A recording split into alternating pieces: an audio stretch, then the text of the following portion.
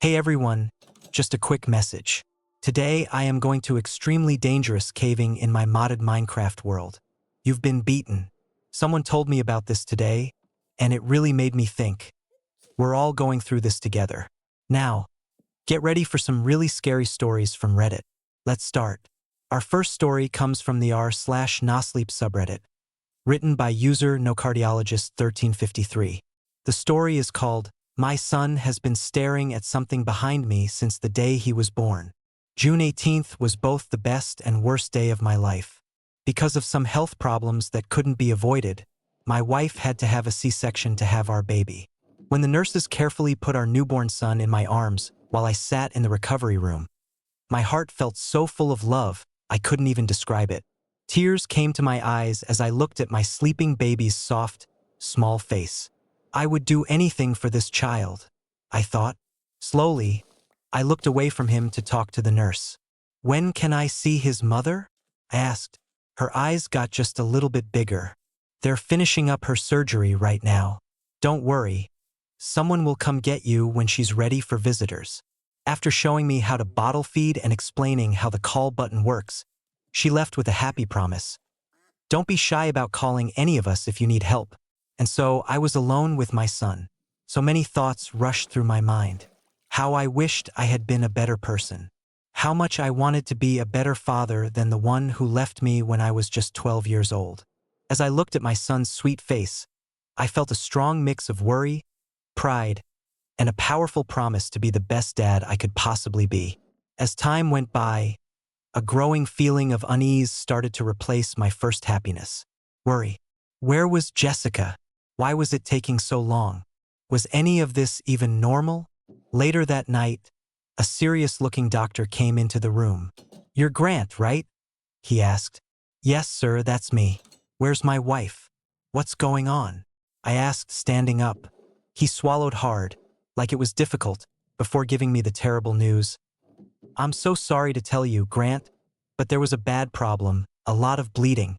And, well, I'm really sorry, but your wife has passed away." I felt like all the air had been punched out of my lungs.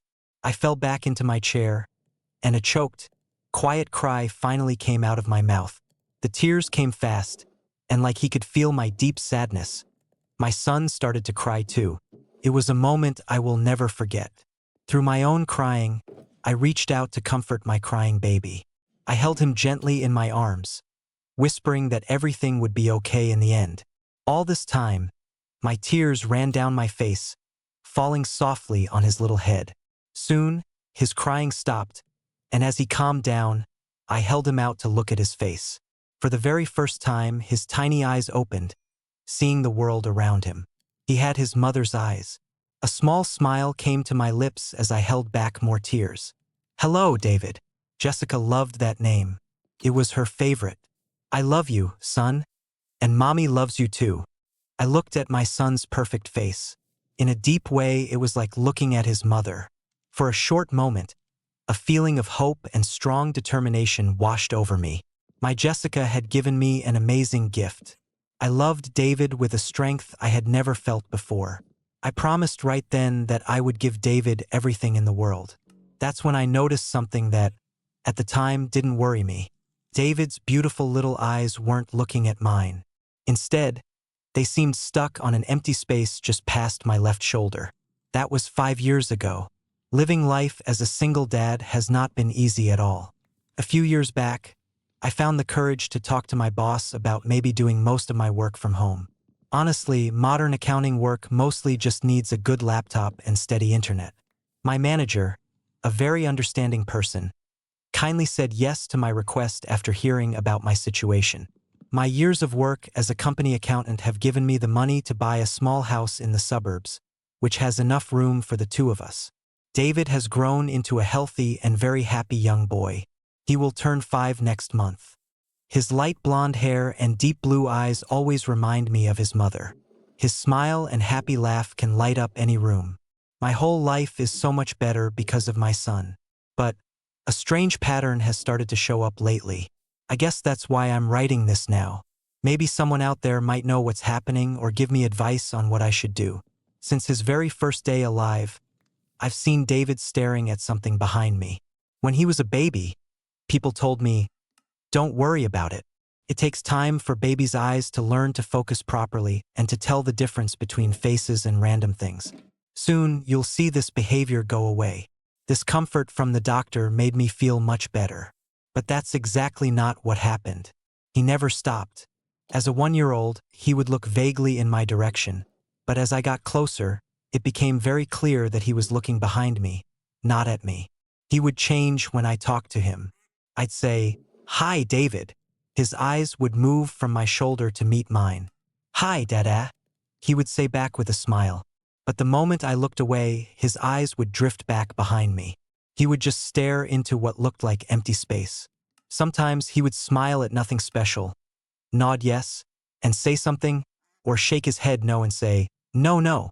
This behavior worried me a lot as a first-time parent, because I had no idea what normal toddler behavior was and what might be a problem. I remember at one point, out of pure confusion, calling my mom who I haven't seen in years. All her life, my mom has been stuck in the same bad habits that controlled her when I was a kid.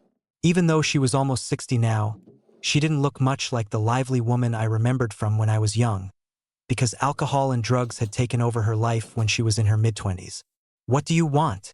Her voice, loud, rough, and full of the lasting effects of smoking, surprised me. "Mom, it's me," I said into the phone. "Oh, Grant, it's you. What do you need?" Came the short reply. "I just wanted to ask if it's normal for toddlers to stare into what looks like empty space?" After a short pause, she replied, "How would I know? What do you think I am? Some kind of kid expert?" I'm gonna stop here for a moment. Everyone, someone really deserves an award for that mom's strength. It sounds like she was quite the mom to the person who wrote this story. I don't know about you all, but I can clearly picture this woman, almost smelling like cigarettes with one always hanging from her fingers. Anyway, let's keep going. I'm sure whatever is bothering you will fix itself. Kids are kids. Who can really understand all the reasons behind their strange actions? Look, Grant, I really have to go now. With that, she suddenly hung up the phone. Putting the phone back down, I said to myself, "Thanks a lot, Mom." Throughout David's toddler years, the doctors also didn't seem too worried. I often heard things like, "Oh, that's not really a problem. He's probably just a little shy." Some kids take longer to learn how to act around others. It's not a big deal.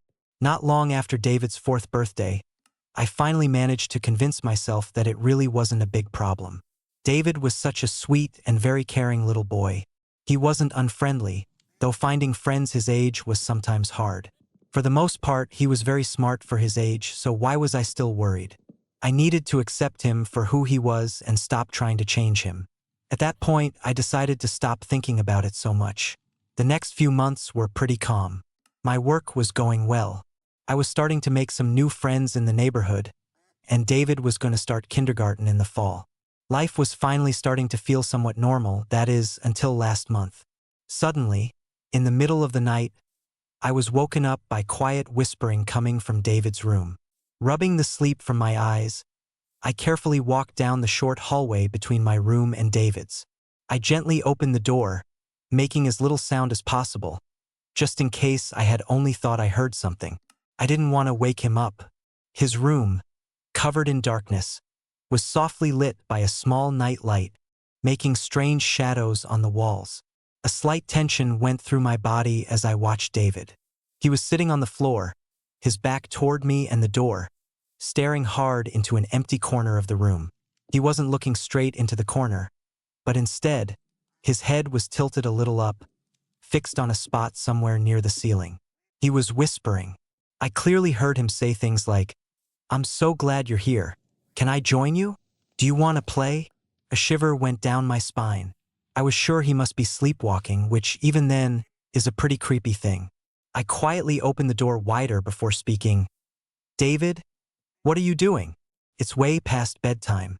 We can play tomorrow." He went quiet and didn't move. A moment later, he whispered, "It's time for bed. I have to go." He then stood up and silently went back to his bed, falling asleep almost right away. I couldn't sleep well that night. The next day was Saturday. I still felt a leftover sense of worry from the night before. So, as we sat at the breakfast table, watching David eat his bowl of Fruit Loops, I asked a question. "Hey buddy, do you remember when Dad came into your room last night?" David didn't even look up from his cereal. He just said, "Yeah. Who were you talking to last night?" "My friend," I answered. I was confused. "Your friend? Does he have a name?" He nodded. "His name is Billy." I frowned. "Is Billy always in your room?" He shook his head. "No. Do you know where Billy is?" He looked up, but his eyes looked past me. "Yeah, he's behind you." At that exact moment, I felt the tiniest movement of air against the back of my neck, like someone breathing right on my neck.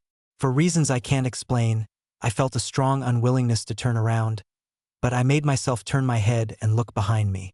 Of course, there was nothing there, just the familiar empty space of our kitchen. That evening, we had gotten an invitation to a barbecue hosted by the new family who had just moved in across the street. They had a young son named Clay, who was just over a year older than David, and the two boys quickly became friends. Not long after lunch, David asked if he could go to Clay's house to play before the barbecue started. I had some important work to do, so I said yes, telling him to have fun. After making sure he had safely crossed the street, I went back to my office, put in my earbuds, and started my work. About an hour into my task, I felt a light tap on my shoulder. Thinking David had come back home and needed something, I took out my earbuds and turned my chair around, ready to say hi to him. But David wasn't there. In fact, no one was there. Confused, I walked through the house, calling out for David. As I passed the front window, I looked outside and saw David and Clay playing happily on the lawn across the street. Swallowing hard, I turned to face the emptiness of my house. I tried, with all my strength, to make sense of the experience, telling myself that I was just tired and had only imagined the feeling. That evening turned out to be great. The barbecue was exactly the break David and I both really needed.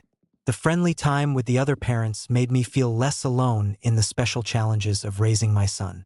I found myself standing next to Clay's dad, Brad, as he expertly worked the grill. Our conversation flowed easily, talking about our jobs, our shared love of sports, and our different hobbies. Brad had an easygoing charm and a friendly way about him, and I immediately felt like we were becoming friends. "Hey, Brad," I started, as he began to take the hot dogs off the grill. "I have a question for you." "Go ahead," he replied. "Did Clay ever have an imaginary friend?" He let out a laugh. "Why? Does David have an invisible friend?" "Yes, and it's starting to really scare me. Maybe it's just the two of us, but I'm not sure. It's a bit creepy." "Well, to answer your question, yes, Clay did have one of those for a while. He called him Mr. Buttons. I have a friend who's a counselor, and she said it's pretty common and can actually help a child's imagination grow. So, I wouldn't worry too much about it." I nodded. "Thanks, man. That helps. I'm sure my wife would have known exactly what to do. And honestly, sometimes I feel completely lost in this job." He put a comforting hand on my shoulder. "We all have those moments sometimes, but you can always count on us for help. After all, it takes a whole community to raise a child." He then handed me a plate with a perfectly cooked hot dog. "Thanks, man, for everything." As 9 o'clock in the evening got close, guests started to leave. David held my hand tightly as we walked back across the street to our home. Halfway across the street, he looked up at me and asked, "Dad, could my friend come over for a sleepover tonight?" "Well, I guess we could ask Clay's parents, but it is pretty late." He giggled. "No, not Clay. Billy." "Billy?" "Yes, Billy wants to stay the night. Can he please?" I paused for a moment, then remembered Brad's earlier words of comfort. "Yes, I think that would be perfectly fine," I said. Then, with a little playful joke, I added, "But maybe we should ask Billy's parents first." David laughed. "Billy doesn't have parents. He's very old." For some reason I can't explain, that statement did not make me feel better. The rest of the summer went by without much happening. Even though I had my first doubts, I slowly got used to my son talking more and more about his imaginary friend. About 1 month before David was supposed to start kindergarten, I found him sitting alone in the corner of his room. He was quietly crying, his knees pulled tight to his chest, his forehead resting on them. "David, what's wrong?" I asked. He looked up when he heard my voice, sniffled, and wiped his nose with the back of his hand. "Nothing," he weakly said. I went into the room and sat on the floor next to him, gently putting my arm around his shoulders. "What's happening, big guy?" I asked softly. He stayed quiet for a long time, just sitting there, crying quietly. After a few moments, I heard a low whisper. "Dad." "Yes, David," I whispered back. "Where's Mommy?" A lump formed in my throat. These are the kinds of talks that parenting books just don't get you ready for. "Well, son, Mommy got very sick, and well," tears came to my eyes. I had absolutely no idea how to handle such a deep conversation. "Well, she passed away, son." David's tear-filled eyes looked up at me, his face showing he didn't understand my words. "Billy says she didn't want me, so she left." A wave of anger went through me. Jessica had given her life to bring David into the world. Of course, she had wanted him. But I reminded myself that this was David's way of dealing with his sadness and trying to understand why other kids have moms and he doesn't. He was trying to understand death, and Billy was a way for him to say feelings I was sure he felt. "No, not at all, son. She loved you so much. She just got very sick and had to leave. It had nothing at all to do with you. She wanted you very much." He looked up at me. "Is she ever coming back?" My voice thick with unshed tears. I slowly shook my head and whispered, "No, I'm afraid not. Billy says he saw her leave." I pulled my son into a tight hug, tears running down my face. "It's not true, David. Billy wasn't there. Mommy loved you very much, and so do I." He hugged me back tightly. "I love you too, Dad." During the last weeks of summer, a noticeable change happened in my son's behavior. David had always been a rather quiet child, but he had now become clearly withdrawn. He spent less and less time with Clay and the other neighborhood kids, choosing instead to walk around the halls and rooms of our home, even though I really tried to encourage him to play with his friends. As I drove him to kindergarten for the very first time, it became very clear that David had changed into a completely different child. He rarely made eye contact with me or anyone else, his eyes always fixed on the ground. My heart hurt as I watched my son in the rearview mirror. He reminded me of another little boy, a fatherless child whose missing mom didn't seem to care, a little boy who had seemed to shut himself off from the whole world. Seeing my son like this brought a deep feeling of understanding, because it mirrored my own childhood experiences. "Hey buddy, you're gonna have so much fun and meet lots of new people today. And when you get home, how about you and I go to the park?" He just stared out the window. "Okay," he replied. After dropping him off and getting back in my car, I sat in the parking lot for a long moment. I really hoped that David would, in time, forget about Billy as he made new friends at school. For the first couple of weeks, it seemed like my wish was coming true. His mood seemed to get better. He smiled more often. I felt like I had finally gotten my little boy back. That is, until I got a phone call. "Hello, this is Grant." I answered my phone. "Hello, Grant. This is Miss Parent's son from your son's school. David is currently in my office because his teacher, Miss Williams, asked for him. It seems he has been upsetting the other students. If you can, could you please come and pick him up?" "I'll be right there," I replied, my voice barely hiding my confusion. What was happening? David had never acted like this before. What was happening to my son? As I got into my car, my thoughts naturally went to my wife. "I miss you, Jess," I whispered out loud. David could really use his mom right now. When I walked into the principal's office, I saw my son sitting quietly in a chair, his eyes fixed on the floor. Across the desk, Miss Parent's son was gently trying to get him to talk. He glanced up at me as I came in, but his eyes quickly moved to an empty corner of the room, where they stayed fixed. Miss Perkins stood up and came over to me. In a quiet voice, she explained, "Thank you for coming, Grant. David has been drawing some pretty disturbing pictures." She handed me a folded piece of paper. "He's not listening to his teacher," Normally, he's such a good boy. This is very unusual. We are hoping some extra time with his father will help. Thank you, Miss Parentson. I can take it from here. Turning to David, I said, Hey, buddy, we're going to spend the day together. How does that sound? He stood up, but his eyes stayed fixed on the corner until I reached out to take his hand. As we left the school, I unfolded the paper Miss Perkins had given me. On it was a roughly drawn picture of 3 stick figures. It looked like it had been drawn with a lot of anger. The crayon marks seemed to have been made with strong, hard pressure. 2 of the figures stood together, holding hands. One was a small boy with a big, happy smile. The other was an extremely tall figure, completely black. Its arms and legs were much longer than its body. Further down on the page, the 3rd figure lay flat, its face clearly shown as sad, with red spots covering its body. I looked down at my son. David, did you draw this? He stared at the ground and shook his head. No, Billy did. I swallowed and asked, Is that you and Billy holding hands? He nodded. And the other one, is that me? He sniffled before nodding. As we got to the car, I knelt down to look at his face. David, could you look at me? Slowly, his head tilted up. I could see his eyes shake as he tried to hold back tears. My heart hurt with overwhelming care as I pulled him into a hug. David, I love you so much.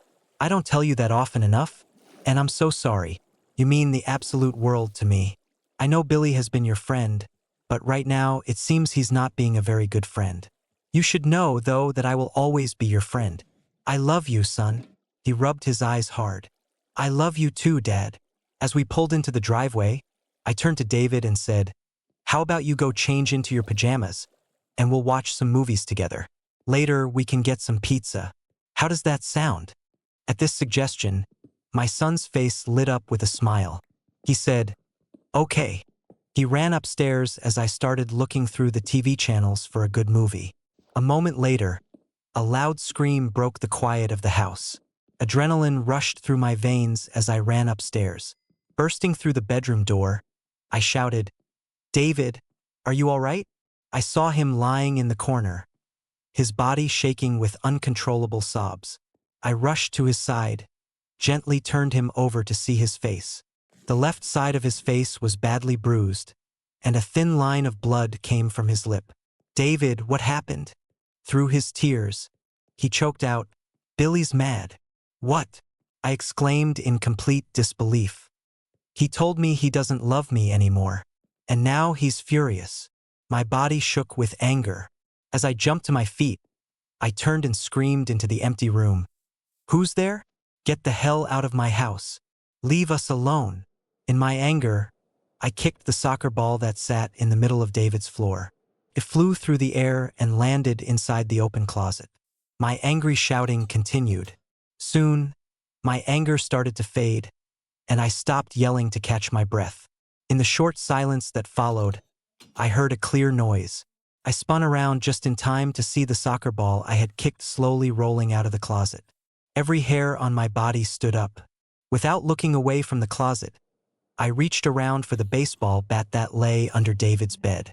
My fingers closed around it, and with a rush of adrenaline, I swung it hard into the small closet. There was nothing there. The bat hit the back wall with a hollow sound. I pushed aside the hanging clothes, but found nothing. I spun around to face David, and in that instant, I felt a grip of huge strength wrap around my throat. My breath vanished, taken by an unseen force. A cold fear began to creep into my thoughts, along with a rough, broken whisper from behind me. He is mine. A deep, gurgling mix of laughter erupted around me as I fought for air. Suddenly, the pressure on my neck went away, though the laughter continued. Air rushed back into my lungs as I fell to my knees. Looking behind me, I saw nothing. Then my eyes fell on my son, huddled in the corner, his hands over his ears, desperately trying to block out the awful sounds. In a flash, I reached him, scooped him into my arms, and ran towards the stairs. The terrible laughter followed us through the whole house. It wasn't until we burst out into the open air that it finally stopped. I am writing this from a hotel room. David and I are leaving. Our destination is unknown, but it will not be here. David's eyes met mine, his face pale. Dad? What? He's here, he whimpered. A lump formed in my throat. He says he's going to kill you. The words were barely audible. I clenched my teeth, meeting my son's scared eyes. Where is he? He stared back, then subtly shifted his gaze over my shoulder. Behind you. Understood. The immediate thing to do upon becoming the original poster would be to call an exorcist right away. Honestly, the moment he was in the corner muttering creepily, that would be my cue to make that call. Anyway, I'm eager to hear your thoughts on this. Huge praise to No Cardiologist 1353 for that really amazing piece of writing. Our next story today comes from r/nosleep, written by the user Jaxa. There's a trapdoor in my uncle's shed. It's strange how the mind can just erase whole chunks of memories, locking them away for years, only for them to come back in an instant triggered by a sight, a sound, or a smell. For me, it was a carved wooden elephant. That was the very first thing my eyes saw as I walked into Uncle Rick's living room. It felt like a first-time visit, but something suggested I had been here before. The sight of the elephant sitting on the mantelpiece above the unlit fireplace made the whole room feel familiar. My dad walked past me, already starting to put together the stack of flat-pack boxes I had brought in from the van. While I stayed stuck in place, my eyes fixed on the elephant. He wasn't in a talking mood. His brother, my Uncle Rick, had died from a heart attack the week before. And with my dad being the older of the two, it had clearly made him think about his own remaining time. I barely knew Uncle Rick. All through my childhood, I saw him maybe once a year, if that. He showed up at Christmas a few times when I was young. I saw him at a couple of weddings over the years, a few funerals, and for the last time just last year, celebrating his 71st birthday. He tended to keep to himself during family gatherings. He was always the first to open a beer or pour himself something a bit stronger, and always the first to leave as well. He was the living picture of tiredness, both physically and mentally. The deep, shadowed circles under his eyes had been a constant feature since I was a kid. Some 30 years ago, on the rare times we talked, he often got my name wrong. He'd call me Ben, then quickly correct himself. I always found that pretty odd. It doesn't sound anything like my real name. William, my dad snapped. Are you going to help or just stand there? Yes, sorry. I was lost in thought. He grunted in reply. He had already filled 2 boxes. I picked up a box and carried it over to the fireplace. The mantelpiece was decorated with small trinkets, mostly made from wood. I looked at them as I carefully packed them away. An acorn, a hand, a dragon, a skull, a pig, all made from the same wood, probably by the same person. I picked up the elephant last, and as I held it, my uncle's voice echoed in my mind. Ben, William, that's not a toy. Put it down. I remembered him stumbling from his armchair and stumbling across the room toward me, his hand stretched out. Sorry, I had said, quickly putting it back before he could reach me. Why don't you go play outside in the garden? He suggested, his face showing worry. He led me through the kitchen and opened the back door. The memory faded. As I returned to the present, I realized I had placed the elephant back on the mantelpiece. I kept packing, the image of the elephant staying in my thoughts. A strong feeling suggested another presence, though I couldn't quite remember who. I thought about asking my dad, but he looked deeply upset. He doesn't handle sadness well, not since Mom passed. Uncle Rick was our last remaining family member. There was another hole my memory had made. I remember Mom alive and well, and I remember her funeral, but there's nothing in between. She died from breast cancer when I was 10. By the time it was found, it was far too late, and she got worse quickly over a couple of weeks. Those who visited her in her final days described her passing as a release, a mercy. I had always been grateful that my mind had let me forget. We finished clearing the living room and loaded everything into the van. My dad poured us both mugs of coffee from his thermos, and we sat in silence on the tailgate, the summer breeze cooling my sweat-dampened t-shirt. Well, Dad said, patting my knee as he rose. He ended his statement with a wordless grunt as we started heading back inside. I drank the rest of my lukewarm coffee and followed him. He was already going up the stairs with an armful of flat-packed boxes as I stepped through the front door. I grabbed a few myself, then wandered into the kitchen. Even with the lights on, the room felt stuffy. The only window faced the adjacent garden fence. The sink was piled high with dishes, so I had to wash and dry them all before packing them away. It was the most basic kitchen I had seen in some time. No kettle, no toaster, no microwave. The refrigerator seemed to be the only appliance plugged in. Once all the cupboards were empty, I unrolled a black garbage bag and opened the refrigerator. I stepped back as the smell hit my nose. Each shelf was packed with shrink-wrapped cuts of steak. The door compartments were crammed with pig ears, trotters, and various other cured meat scraps. I pulled my t-shirt over my nose, trying to push away the mental pictures of Uncle Rick eating pig snouts. As I emptied the refrigerator's contents into the bag, some of the steak had definitely gone bad long before he died. I hoped he had been feeding a pack of stray dogs or something similar. I wrapped a second garbage bag around the first and tied them both tightly to contain the smell. I would not be putting that in the van. The garbage collectors could handle it on their next pickup. I carried the bag to the back door, unlatched it, and stepped out into the garden. A glimpse of the shed at the far end caught my eye, and it all came flooding back. I was 10 years old the last time I visited my uncle's house. I'm sure of that now. I remember my dad dropping me off at the door on his way back to the hospital. I remember my uncle saying, "I'm so sorry about your mother. Truly, I am. You must stay strong for your father and for yourself." I remember crying on his doorstep, him awkwardly patting my shoulder. Most disturbingly, I remember my mother, my last real memory of her, lying in a hospital bed, connected to tubes, a mere shadow of her former self. Her skin had lost its color, her eyes their warmth. I wished this version of her had stayed forgotten, but instead, it had replaced every other image I could think of. I tossed the bag of rotten meat into the gray bin and looked back towards the shed and the small pond. I recall my 10-year-old self sulking through the garden, crouching by the pond, staring blankly into the water. I had been looking down into the murky green depths when the shed door slowly creaked open. I watched as someone came out onto the grass, barefoot, a small boy, much younger and slighter than myself. He wore only a loose, torn t-shirt that was far too big for him, trailing down to his ankles. His skin was almost see-through, and not a single hair was on his head.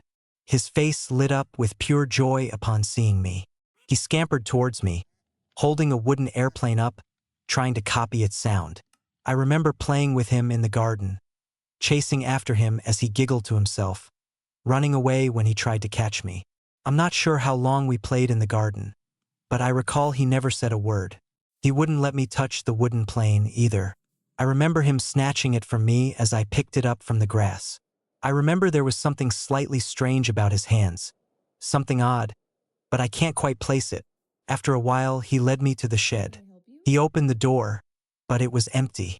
He knelt down and lifted a floor panel. The hinges groaned as the trapdoor opened, revealing a wooden staircase going down into darkness. "Ben!" Uncle Rick called from the back door. "Sorry, William. Your father's here." The boy hurried down the stairs, and the trapdoor slammed shut behind him. I remember the return of a deep sense of dread. My dad stood in the living room, his eyes red and swollen, his voice choked with sobs as the devastating news spilled from him. "It's your mother. She's gone." Fresh tears streamed down my cheeks as I stood frozen in the garden, my eyes fixed on the shed, my hands still holding the lid of the gray bin. My feet began to carry me towards the shed before I had even consciously decided to move. My subconscious mind put curiosity first as my conscious mind was overwhelmed by unprocessed emotions. I pulled open the creaky door. The shed was bare except for an old, ragged rug covering most of the floor. I rolled the rug back, exposing the worn edges of the trapdoor. The hinges must have rusted long ago. The whole panel came free in my hands. I propped it against the shed wall and peered into the darkness. I got my phone from my pocket, turned on the flashlight, and began my descent. The first thing I saw in the dim light of my phone was a wooden elephant. Not just one, but a whole collection, nearly identical to the one in Uncle Rick's living room. The space below was far larger than I had expected. The ground, walls, and ceiling appeared to be unworked earth, as if the whole area had been dug out yet stayed stable. My phone's beam lit up only a few meters ahead, leaving a black void beyond. The silence was unsettling. I moved further in, my feet dragging.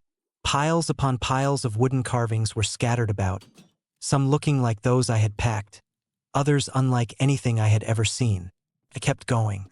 My light caught the edge of a pale white branch or tree root, twisted and gnarled, spanning the length of the space ahead. I swept the light from one end to the other. It seemed to sway slightly. Then it folded in the middle, and its end reached towards me. It stopped just a foot from my face, then rested on the ground. And then I understood what I was looking at. That strange hand with too many fingers, too many thumbs, some digits thicker than others, some bent at unnatural angles. The boy's hand. His face drifted towards me from the darkness. His cheeks hollowed, his skin yellowish, his eyes sunken. His head tilted upwards towards the ceiling, rotating at a right angle on his neck when he ran out of room. His other arm clawed into the wall to my right as he dragged himself along, his knee almost reaching the ceiling. I turned to run, and he shrieked, sending a jolt of pain through my ringing ears, my legs turning to jelly. Clumps of earth rained down on me as he forced his way through the space behind me. Adrenaline surged, and I ran faster than I had in years. The narrow rectangle of light at the top of the stairs grew closer with every stride. I could hear his ragged breathing close behind. My foot met the first step. Then his hand tightened around my waist. He lifted me effortlessly towards his face. He sniffed at me, and his expression changed. He looked into my eyes and offered a crooked, tired smile, faintly reminding me of his youth. I heard clumsy footsteps coming down the stairs. His smile faded as he looked past me. I craned my neck to see my dad standing on the bottom step, his arm shaking uncontrollably as he pointed at me. "Ben, put him down now," he shouted with a forced bravery. The next few seconds were a blur. I heard the sounds of bones cracking, saw my dad thrown past me like a rag doll, and Ben's other hand as I fell from his grasp. Pain shot through my wrist from my awkward landing. I looked up from the floor in horror. My dad hung limply, his arms at his sides, his head completely swallowed in Ben's mouth, a strangled groan coming from within. Ben wrapped a hand around my dad's feet and tore him apart. He chewed noisily as I dragged myself towards the stairs, fighting the urge to gag. His long arm reached over my shoulder. His hand opened in front of my face. A wooden airplane lay in his palm. He jerked it closer to my face as if offering it. Without thinking, I took it and glanced back at him. He smiled, guts hanging from his teeth, blood streaming down his chin, then returned to his meal. I climbed the stairs, replaced the trapdoor, then the rug, and drove home in silence. I don't know what's come over me, but tomorrow I'm going to buy as much steak as I can. Dude, Ben ate your dad and you're buying him steak. I don't know about you guys, but I'd be buying some sort of explosives or something and putting them down those stairs and, goodbye Ben. Anyway, it seriously freaks me out that the dad knew about Ben the whole time, but also now we know why his uncle was accidentally calling him Ben all the time. So yeah, let me know what you guys thought about that one. The next story today is from r/nosleep from user Dr. AK Mist. I've started timing how long it takes me to stop thinking about it. The record is 9 minutes. I work on the 6th floor of a building with mirrored windows that make the sky look dirtier than it is. I'm a junior analyst, and I consider myself an ambitious person. More like quietly ambitious in that embarrassing way people are when they still believe good work gets noticed. I stay late. I reply quickly. I volunteer for things nobody wanted. What gets noticed in this place, I learned, is usefulness. People can smell that from 3 cubicles away. I mean, everyone likes a useful guy in the workplace. Maybe that's the reason everyone likes Rafi. Rafi is our senior manager. He always wears pale shirts with the sleeves rolled exactly twice. The kind of man who remembers your coffee order and whose mother was ill and whose team lead was quietly trying to push you out. He has a lightness to him, He could walk into a tense meeting and make everyone feel like they had been overreacting. And I learned that firsthand 6 months ago. It was a day I made a mistake in a client model. Not catastrophic, but close. A director named Farhana decided it wasn't incompetence, but pure dishonesty. The meeting where she said it was small, which made it worse. Small meetings give you nowhere to hide. Rafi was there because his team had briefly touched the project. He didn't have to say anything, but he did.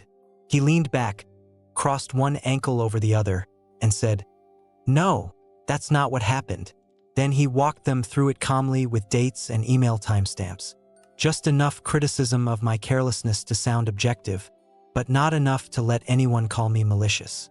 The guy saved my ass when he didn't have to. Afterward, he handed me a paper cup of coffee in the lift lobby. "Careful next time." "I will." "I know." He smiled and never mentioned it again. That was part of why I trusted him. The Tuesday he asked me for the favor. It was raining hard enough that the windows looked like they were melting. He appeared at my desk at 4:12 and walked me to the narrow corridor by the stairwell where people went to take personal calls. It smelled of damp carpet and old paint. "I need to ask something slightly awkward." "Okay." "Thursday evening. If anyone asks, tell them we had dinner after work." He rubbed the back of his neck. It looked like nervousness, but it wasn't. His breathing didn't change. No sweat at his hairline. He wasn't waiting for my answer the way anxious people wait. He was waiting the way a man waits when he already knows what you're going to say. Like someone who had done the math on me long before he walked to my desk. "Chill. It's nothing dramatic, just a sensitive personal matter." I'd worked in the office for over 2 years, so I understood what was being implied. An affair. It was disappointing, not horrifying. It's the kind of small moral stain the world runs on. "What time?" I asked. 7:30. "Dinner nearby. I dropped you home after." He named a restaurant 2 blocks away. We'd both been there with teams before. I nodded. "I knew you'd agree, my good man," he said. I remember feeling pleased. That's the part one hates the most. Weeks passed. No wife called. No furious woman appeared at reception. Rafi remained Rafi, defending juniors in budget meetings, bringing pastries, saying "good work" when he passed my desk. The lie dissolved. I forgot it the way you forget small debts once they've been paid. Then a detective came to our office last week. He wore a navy blue shirt and dark trousers with shoes that were recently polished but walked in rain. Tired in the administrative way of men who spend their days asking questions nobody wants to answer. There were 4 of us in the small conference room. Detective Hassan, the HR business partner, Rafi, and me. The detective thanked us for our time.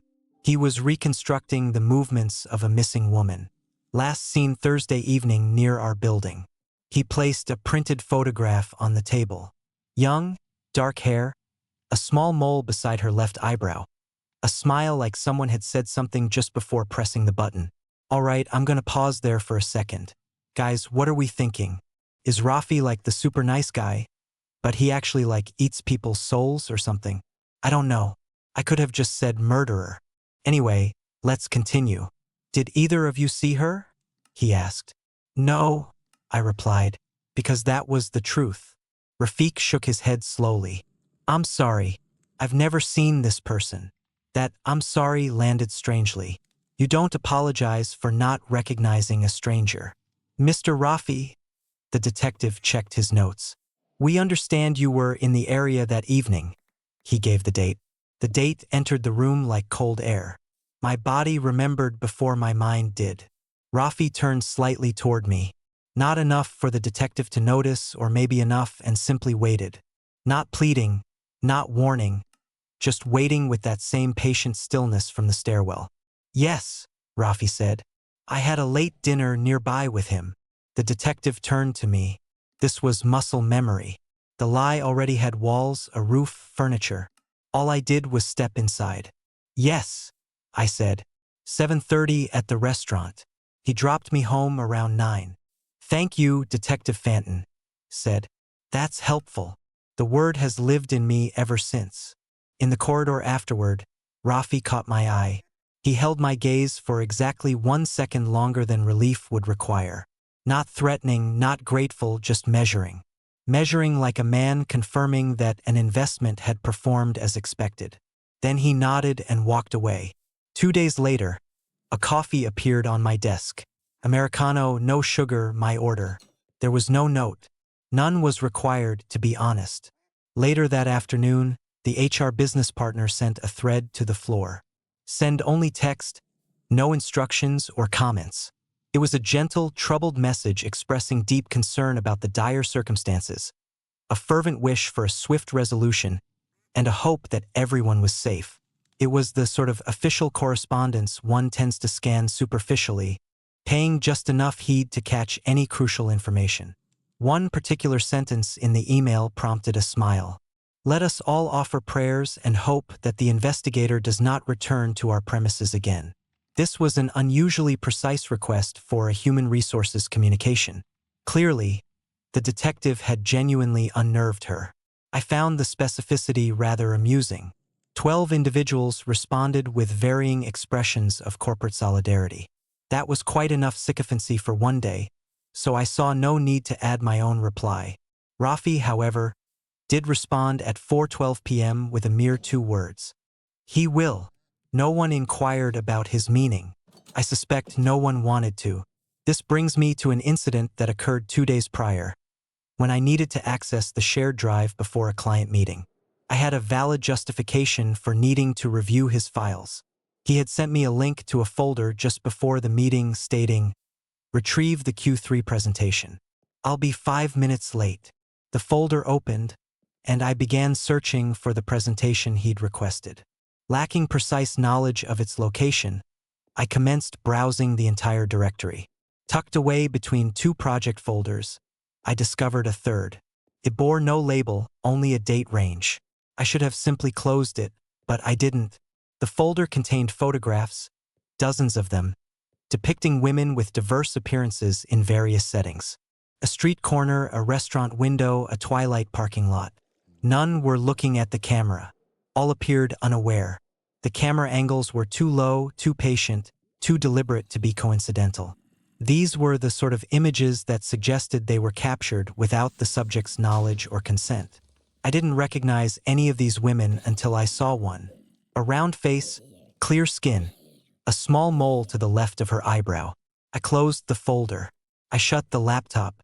I remained at my desk for what felt like an extended period, my gaze fixed on my own hands. Then, I heard Rafi's voice approaching in the hallway. He sounded slightly breathless, mid-laughter at something someone had said. I opened a spreadsheet and stared at it until he passed by. "Did you find it, good fellow?" he called out. "Yes," I replied. "I knew you would." He wasn't privy to the exact nature of my discovery. Or perhaps he was, and yet he exhibited no apprehension. I still haven't determined which scenario is more unsettling. The following evening, I was in the parking lot when Detective Hassan contacted me. A few supplementary inquiries. Routine. Nothing to be concerned about. Through the windshield, the office building was illuminated in neat, orderly rows. Somewhere on the 6th floor, Rafi was likely still occupied at his desk. Hassan informed me they had visited the restaurant. The staff recalled Rafi dining there on Thursday evening at 7:30 p.m. with a gentleman who bore a resemblance to me. Rafi was apparently a regular patron, so everyone remembered him quite clearly. My account corroborated their recollection. That's all the information we require. Thank you for your time. I uttered something, but I can't recall what. I sat with the phone resting on my lap, anticipating a sense of relief. It never arrived. My phone vibrated against my thigh. I shifted it away. Rafi was calling. I didn't answer. Another call came, then a third. I can't fathom why the restaurant's confirmation, instead of offering solace, made the entire situation feel more disturbing. I've spent hours trying to understand this, and I'm still at a loss. Perhaps you can shed some light. I was cleared, at least in the eyes of the law, but my conscience remained troubled. My thoughts drifted to the woman with the round face and the small mole near her left eyebrow. I contemplated the folder, the specified date range, the multitude of women, none of whom were looking toward the camera. and I considered how the restaurant's confirmation felt too seamless, too readily offered, as if someone there had also been anticipating such a question. I was faced with a decision, and the options presented themselves with the cold, stark logic of a spreadsheet. Confirm the alibi and it becomes immutable, no longer a reflex, a conscious choice made with full awareness of that folder and every face depicted within it. Retract it, and I transform into the individual who provided a false alibi in a missing person investigation. The one who hesitated, the one who accessed a colleague's files and remained silent. The security barrier ascended. I had two paths before me. To the left, the main road, leading towards the police station. To the right, towards home. A car behind me sounded its horn once. I turned right. I've begun tracking the duration it takes for her face to fade from my thoughts. The current record stands at 9 minutes. I mentioned this morning during my commute. I doubt I'll surpass it today. I'm unsure why I'm sharing this. That's not entirely accurate. I know precisely why, in fact. I don't know if Rafi heard her. I don't know if she's still alive. I don't comprehend the meaning of those photographs, nor how many folders exist, nor how far back the date range extends. What I do know is that I turned right, and I understand the implications of that choice. If you're reading this and believe I should report to the authorities, I understand. I'm already aware. Offer me something tangible, something I can act upon. Advise me on how to approach that station and articulate my reasons for lying twice, for my delay, for opening that folder, for choosing the right when I could have gone left. Tell me how to do that without jeopardizing the life I've so meticulously constructed. Tell me, and I will await your guidance. I concur with one of the leading comments on this matter. It's not that complicated. You were intimidated. You lied, but now you're experiencing regret. Law enforcement officers are aware that individuals do this frequently. Embody the person you can respect in the mirror. Indeed, a part of me suspects the original poster would be perfectly fine if they simply went to the police station and explained. Honestly, he could say that Rafi was threatening him, or alternatively, no, he could simply state that Rafi was manipulating him, which is somewhat true. That concludes my collection of unnerving Reddit stories for today, presented in the style of Minecraft. If you enjoyed today's presentation, please remember to leave a like and subscribe, as it significantly aids my channel. As always, a tremendous thank you to my channel members. Your unwavering support is deeply appreciated, and I look forward to seeing you all again tomorrow.